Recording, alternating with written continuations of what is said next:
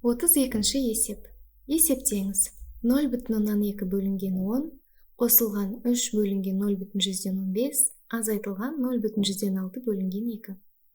Біз көріп тұрмыз, бұл жерде бөлшек сандар берілген, және бөлшектің алымында да бөлімінде де ондық бөлшектер бар. Бізге бөлуге, қосуға ыңғайлы болу үшін біз алымында бөлімінде 10-ға немесе 100-ге көбейтіп, натурал санға айналдырып алайық. Бірінші бөлшегіміз 0,2 болып тұр, яғни үтірді бір орын алдыға жылжытсақ, 10-ға көбейтсек, ол 2 болады.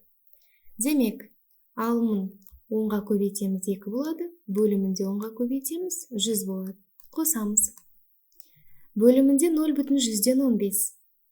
Ол 15 болу үшін үтірді 2 орын алдыға жылжыту керек, немесе 100-ге көбейту керек. Онда алымында 300 болады, бөлімінде 15 болады. Және мұнда 0,106 бөлінген 2. Алымында 6, бөлімінде 200 болады. Енді қосып азайтуға ыңғайлы болу үшін ондық бөлшекке айналдырып жазып алайық. 0,102 қосамыз, 300-ді 15-ке бөлсек 20 болады. Азайтамыз, мұнда 2-ге қысқарсақ 100 болады, мұнда 3 болады. 0,103. Енді қарайық. 0,103 пен 0,102-ның таңбасы әртүрлі.